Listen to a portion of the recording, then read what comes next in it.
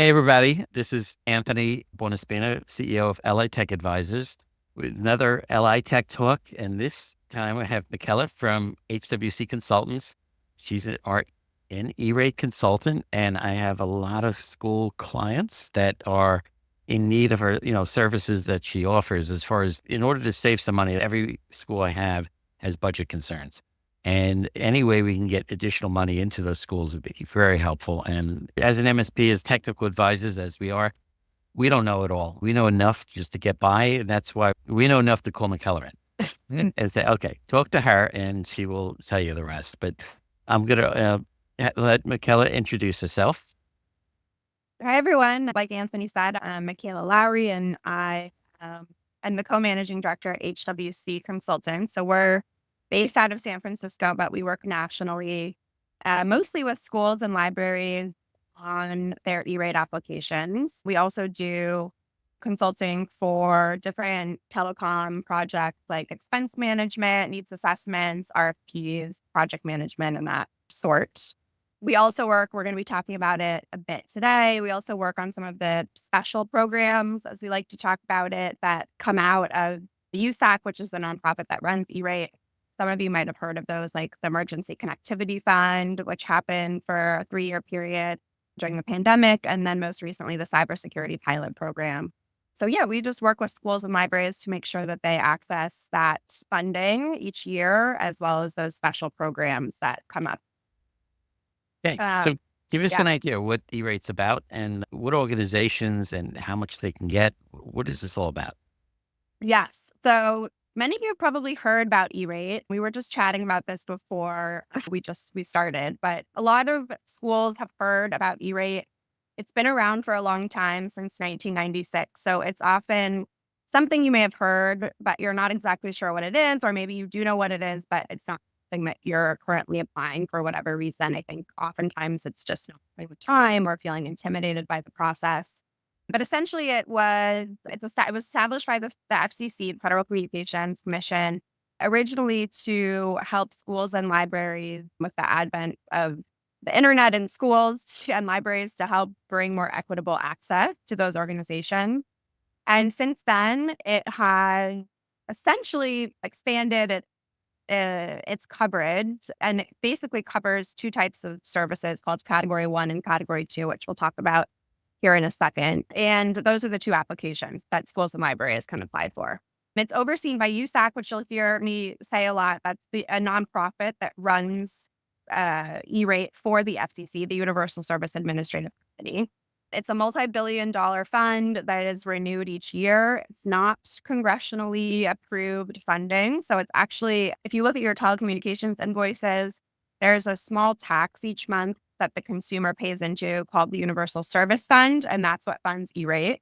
So the nice thing about that is that it's not dependent on Congress to approve the funding, which is why it's had such longevity. Okay, so who is eligible? Essentially, everyone is eligible. That's the great thing about E-rate. To meet eligibility, you have to be an elementary or secondary school or a public library.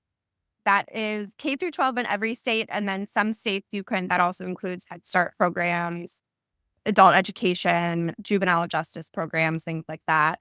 All types of schools are eligible: public, charter, religious, private. But you have to be a not-for-profit, and you can't have an endowment that exceeds $50 million. And then the last piece, so, it's fairly narrow. You have to be a school or a public library, and you can't have an endowment more than $50 million, and you have to be most schools fall into those categories. Broad. It's meant to be broad. And then the last kind of maybe more unusual piece, although most schools are already compliant, is CIPA, so the Children's Internet Protection Act. You have to be CIPA compliant or willing to become compliant within a year of getting E-rate funds. And essentially what that means is, again, most of you are probably already CIPA compliant if you're operating in a school environment, but you have content filtering in place, and you have to have an internet safety policy that addresses a couple of basic components. There's 6 of them. E-rate has, if you Google E-rate CIPA, they will show you what those are. But it's pretty broad. The goal is for really the school to determine what content is inappropriate or to be filtered, and how they structure their internet safety policy, but they want those two things to be in place. And then actually, if we go back one more slide, I think I skipped over exactly. Yeah. So category one and category two, Mhm. which are the two pieces of E-rate. And I can Yeah. quickly touch on I that. get questions on this all the time. Yeah. What is it covering? Okay. Does it Yeah. cover labor? Does it cover the wires? What about the parts that go into the wall, the patch panels, racks? Yeah. What does it cover? Yeah. Maintenance and so on. Yeah. And what doesn't it cover also? We get those two questions. I think there are a lot of the things that it doesn't cover are the same things that we get asked about over and over again. So let's start with category one. So essentially what we're looking at is telecommunication expenses. So category one is, and category two, those are what they're called. Pretty easy to remember. Category one is going to cover your internet access. It essentially covers your primary circuit. If you have multiple circuits covering different spaces on your campus, they will cover each of those circuits, whether that's fiber or coax or whatever kind of internet service you're bringing, it will cover. What it will What not about cover, what about hotspots?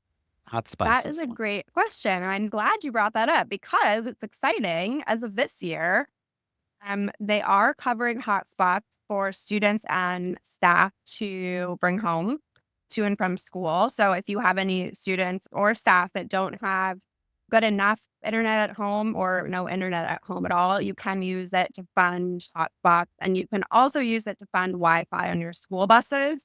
I don't know how long commutes are for folks typically, but for example, in some schools will use it in cities. We have a client using it in New Jersey because they have a lot of kids coming in from different parts of the state. A lot of rural schools use it. And then some schools will use it for student athletes who are traveling multiple hours for games and things like that. So those are the new pieces in that category one. It will not cover backup circuits, duplicate circuits. Those are the only things that will cover.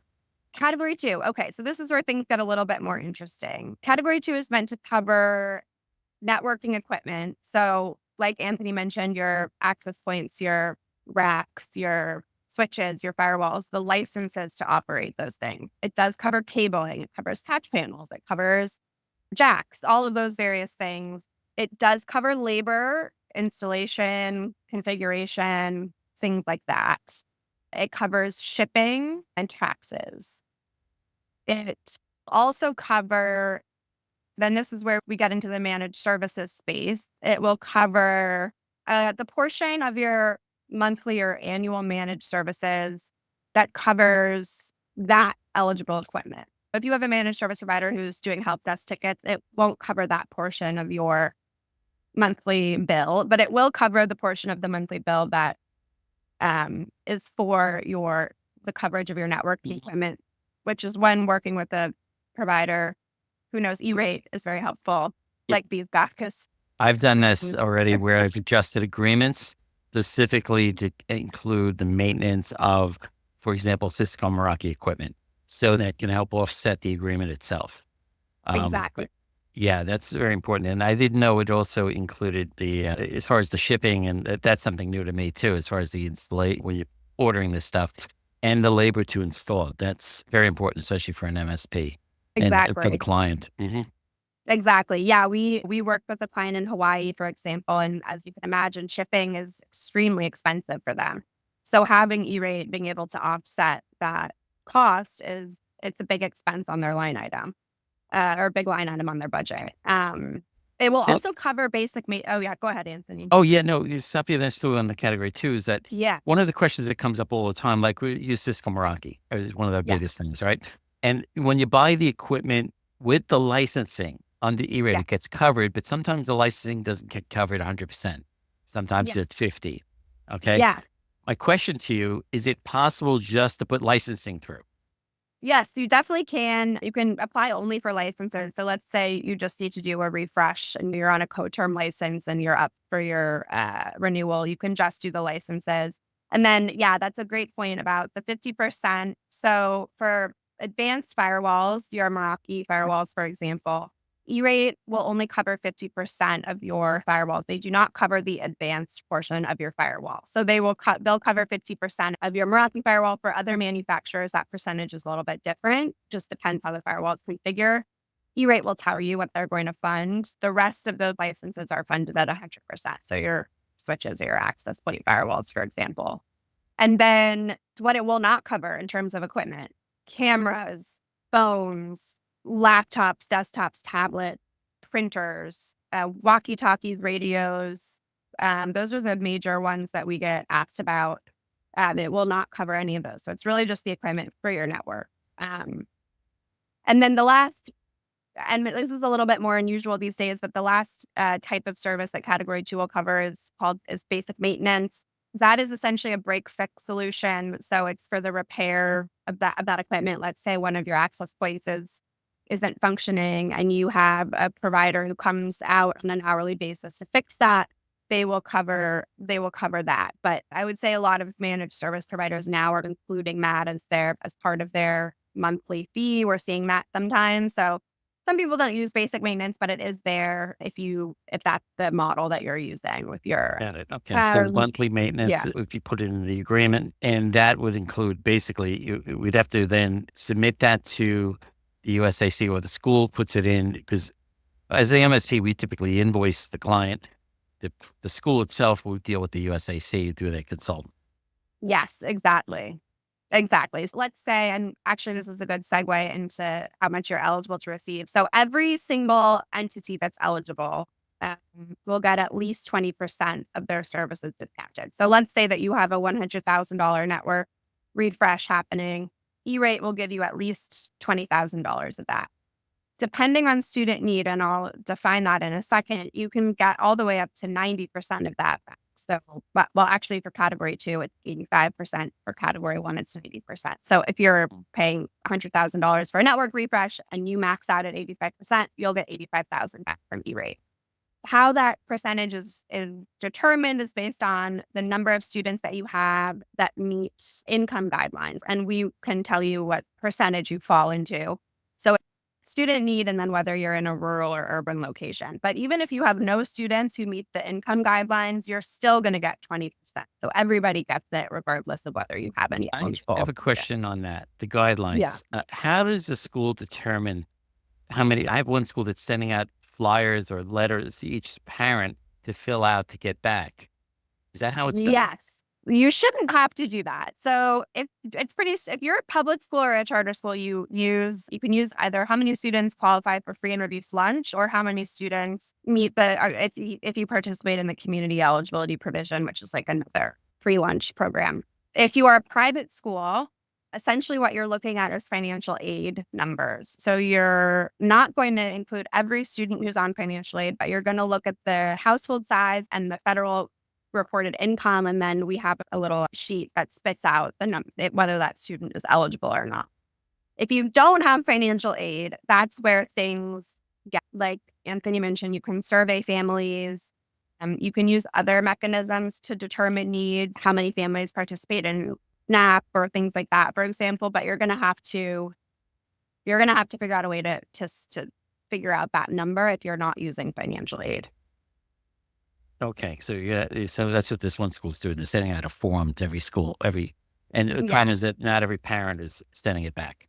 Yeah, and if they do financial aid, they shouldn't have to do that. But if they don't have any financial So aid, it's almost worth doing the financial aid just to get qualified for this. Yeah, I think it's funny. Yeah, that doesn't happen very often. Either you're a school that receives or participates in free and reduced lunch, or if you're a private school, most of the schools that have some need-based financial aid. So it doesn't often happen that they have to survey, but if you don't fall into either of those categories, then you're going to have to figure out some way to get to that number of the income guidelines. Understood. Yeah. And then in terms of reimbursement, like Anthony was mentioning, let's say you do that network upgrade and you are a 50% school, you have $100,000 that you spend and you get $50,000 back. You're at 50%. You would essentially just pay your provider, and then you get a wire transfer reimbursement through your consultant, or if you're applying yourself, you apply for that wire transfer reimbursement yourself for the $50,000. Yeah. And I've navigating the USAC, that it's a nightmare. That's why I always recommend it, Michela, an E-rate consultant that knows what they're doing and how to navigate that. Because you do one thing wrong and you could lose your funding. Or if you don't do the timing right, the timing is so important too. When talk about some of the forms that need to be sent in and when, Yeah, especially the this new funding deadline. year. Mhm. Yeah, the deadlines are strict, so there's not a lot of wiggle room there. Essentially, E-rate operates on two primary form deadlines. The first is the Form 470. So that's not you don't always have to file a Form 470. That is essentially when you are contracting new services. Let's say your internet service contract is going out, contract and you take it out to bid. Let's say you're new to E-rate and you've never participated. Let's say you're buying equipment or you're refreshing your MSP agreement. Then you have to do the Form 470. So it's not always, but it's most of the time. Some of the time they have to do that. That is basically a 28-day bidding period wherein you tell the E-rate world what you're looking for, and then any provider who wants to can bid on the project. After the 28 days, you assess those bids, or your consultant should assess those bids and make a recommendation to you of how to proceed. Most of the time, I would say people tend to stay with their current provider, whether that's internet or managed services, but they still require you to take it out to bid. And then there's different ways that you can assess those bids, different categories that you can use depending on how you want to assess them. That form opens in the summer. They opened a little late this year because of the hotspot changes that we were talking about, but it normally opens in the summer. And then you really have the date is usually announced. It'll probably be announced here in the next month or so. That bidding period has to wrap up by February. It's usually mid-February, around Valentine's Day, because then you have to be able to meet the next deadline, which is the Form 471. And remember, you have to wait 28 days. So if you don't hit that deadline by mid-February, you're not going to have enough time to make the 28-day bidding period and then be able to submit the Form 471 by the March deadline. So that's always in March, the Form 471. And that's when you formally tell E-rate, here's what we want and here's how much it costs. So if you're interested in applying for E-rate for next year, so the 2025-2026 school year, you should have started that process ideally by now, or if not, you should really be gearing up to be ready to apply. We like to say by January at the latest for the Form 470, if you have to go out to bid. The Form 471 also opens in January. So really by January, you want to be ready to either post your 28-day bidding period, or you want to be ready to apply for the Form 471 and tell E-rate what you're going for. So you're at that point where you really want to get moving on making your decision. The question too is just one of my schools right now. We just did today. We did a wish list for them. Yeah. Pretty much a wish list of all the equipment and everything going forward. We're estimating things like might be 10 high-end firewalls. And so we just put a bunch of things in. The reason for that is that, from what I understand, is that if you forget to put something in, you can't just add it later. But by putting it in, I don't have to buy it. I can put 10 of Yeah. something in and buy 2. Yeah. Yeah. So E-rate is really they're not holding your feet to the fire. It's not a binding, your Form 471 is not a binding contract. So a lot of times schools will do exactly what Anthony was talking about. When they go out to bid, they really keep things pretty broad, and they maybe overestimate the amount or maybe they're not sure. Oh, we maybe are going to replace our UPSs next year, but we don't know. It's always better to err on the side of putting it on the Form 470 or your bid request, because Anthony said you can't, if it doesn't go out to bid, you can't later request it. So if you maybe want a new UPS, but you don't put it on the bid, you can't later say, oh yeah, we actually are going to buy a UPS and get it covered, because everything has to be bid out. So, but that being said, if you put that UPS out to bid and you receive bids for it, you don't have to move forward with it on the 471. Even if you put it on the 471 and you decide not to purchase it, you don't have to. You also need the model yeah. numbers, right? Yes, we are like really strict about this with our schools. So when you go out to bid, you put out a bill of materials or an RFP, whatever your procurement requirements specify you need to do. But at least you're putting out a bill of materials, which is when you're saying, here's the type of equipment we want. here's the make and the model and the quantity, and do we want installation? Some people will put, we want a 48 port switch, which is fine. If that's the way you want to do it. But we don't love that because you're going to be getting a lot of bids that are like not apples to apples. You're going to be getting some providers that are bidding Ubiquity. You're going to be some that are bidding Meraki. You're going to be some that are bidding Aruba. And it's just going to be, and the models are going to all be different. So if you have a model in mind, you're not tied to it. You can always swap out the model later or even the make later. But for the purposes of assessing bids and pricing, it's really helpful to be specific about what you want to see. Now, the school might have, for example, depending on number of students and the reimbursement rate, they might be at like 40% coming back at them. And when you figure it all out, they might have $100,000 available, let's say, on E-rate funds. But since they're at 40%, they'd have to put out $250,000 to get that 100 back. Well, you have to put out, if your budget is 100,000, you're going to be getting back 40,000 and you're 40%. You'll be getting back 40,000 and you have to put in 60,000. So yeah, you're 100. Yeah. But I'm saying if you're getting 100, you actually have to put out 250 at the 40% rate. So you're working backwards. I'm sorry, I confused. Okay. Yeah, actually, I know E-rate's going to give me 100, but realistically, I need to put out 250 to get that 100. And the question I have then is that I have 250,000 of equipment. Like, this is great. I need to buy this equipment. But what happens if I go up to and put in $300,000 worth of stuff? I'm not going to buy it all. Is that okay? Yeah. So basically, is there a cap?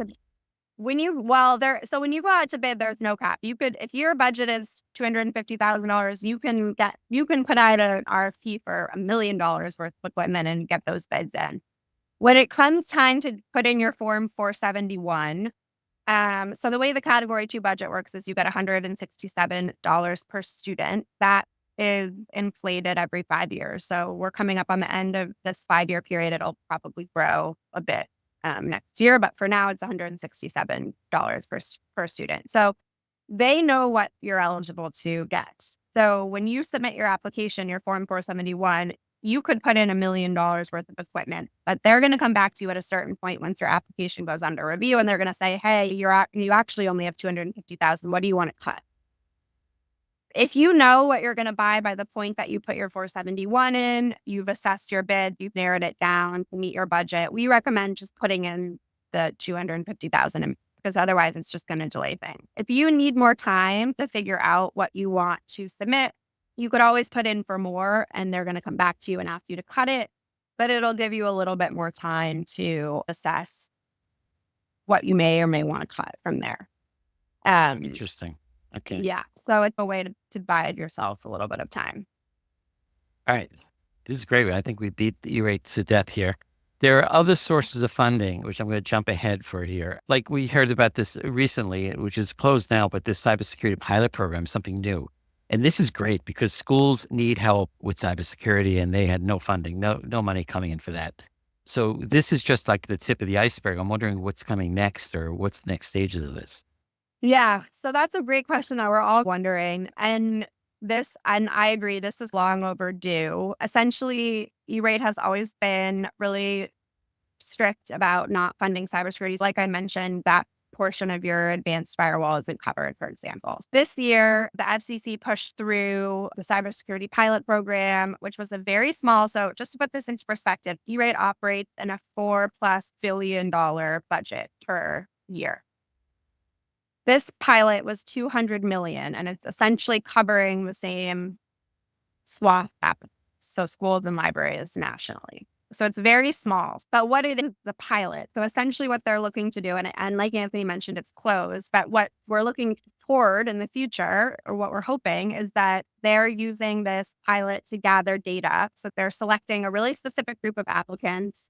They're basically guinea pigging them for 3 years. There's annual reporting requirements data, which they do not collect for E-rate.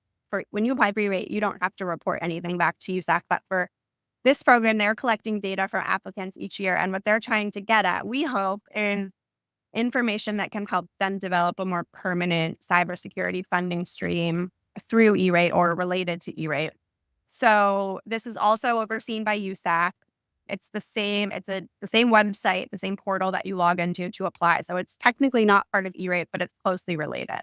When this pilot's over, we're hoping that it becomes either like a side-by-side sister funding stream to E-rate, or maybe it will be incorporated into E-rate in some way, less likely. Okay. And then, as Um, you just said, is that who's eligible pretty much for that? Again, they already, again, this is already closed, but those yeah. were the next gen firewalls, for example, endpoint protection, which is great because that's a very hmm expensive part for a lot of my clients and so on. So if this comes to pass, it would be a real big boon for the schools. I think it really would be. And just to put things into perspective, I think this is exciting, but also uh, sad for the people that applied. It was a $200 million grant. Yeah. They received, I think it was upwards of 2 billion in funding requests. It's a good thing because it really drives home how much of a need there is for this. It's sad for the people who applied because it's going to be very competitive. But I think that part of the reason why districts and some of these advocacy groups were saying applied, even if you think you're not going to get accepted, because we want to Mhm. show that this is a need in the K-12 community. We covered that already. Yeah. And yeah, And I can quickly touch on the category 2 budget if that would be Mm. helpful, like how that Sure. works before we move Absolutely. on. So for category 1, it's pretty straightforward. You get your discount percentage. Let's say you're a 40% school, you're going to get 40% of your internet covered each year. That includes taxes and fees and things like that. If you are if you're looking at category 2, it's a little different because category 2 can get really expensive really fast. So what they do, like we were just talking about, is they give you a budget, $167 per student. You have 5 years to use that money. You can use it however you want within that 5 years. If you're on an MSP contract, you can use a little bit each year to pay your managed service fees. If you have a big network upgrade, you can use it all in 1 year. It's totally up to you. You Mhm. have 5 years to use it. At the end of the 5 years, it goes away and it refreshes. So if you don't use it by that point, if you use to use, you lose scenario, but then it's refreshed the next year. So right now we're at the last year of the 5-year budget period. If you have never spent E-rate category 2 funds, you may have a big chunk of money waiting for you that you are eligible to take and use before it expires for next year and refreshes. So if you've never spent your E-rate money for category 2, especially, this is the year to do it because it's going to go away. Okay. This has been very helpful. I Yes. know my schools will be grateful for this because anything that can help them is definitely a boon. Um, Again, this is Michela, all right, from HWC Consultants. If you have any questions, you reach out to her, you reach out to me, I'll put you in contact with her. But again, thank you so much for all this information. It was very helpful. I learned so many new things just on this call alone. So I Thank appreciate it. you. Thank you. Thanks, Anthony. And thanks, Samantha. Thanks, Michaela.